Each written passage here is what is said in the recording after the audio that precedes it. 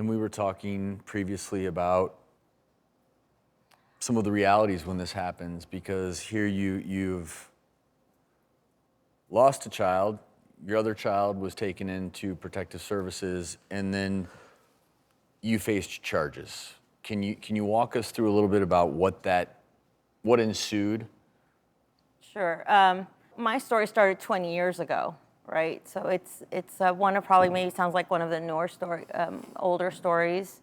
At that time, there was very little awareness. Child Protective Services actually came out on the news and was adamant they were going to make an example of my story out of me.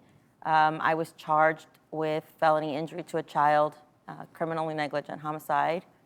Tania, can I ask you how much of an investigation did they do before they actually brought the charges? I was arrested immediately. Literally, the very next day after they told me my daughter passed away, I was arrested. And then I thankfully had an attorney that decided to do my case pro bono and really support, because it was just such a unique situation. You think the prosecutor jumped the gun a little bit there? Well, I would want some information before I started charging a crime. I need to look into her background. Is she criminal? Does she have any past experience with the Department of Social Services? What was going on in her life? As a prosecutor, I want all this information. I'm not just going to make an example out of her. 50% of these parents are charged, and they are arrested immediately, handcuffed, and put in jail.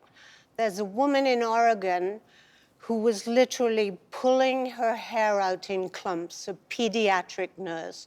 She was thrown immediately in jail. That's horrific. A stellar record as a human being. Well, you have no idea what it's like to be arrested. The horrific things that you go through. Here you are, you're sitting in a cell by yourself. You're being interrogated. You're being called names. And she's like, oh my God, I lost my kid. I'm sorry. I didn't mean it. I didn't do it.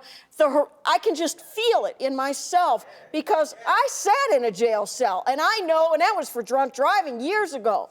And I know how scary that was, but to have lost a child, and not only the criminal charges, but now you've got that significant loss. And you're blaming yourself, and you're guilty, right? And everything is going through your mind. And I lost my son at the same time. Yes. So. And they're given no time at all to grieve. No time. Just terrible. I was told I was facing 10 years to life in prison.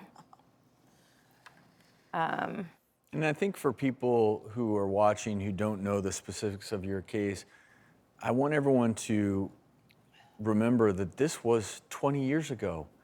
And the raw emotion that I'm seeing from you, I think, is a hallmark of how tragic this is.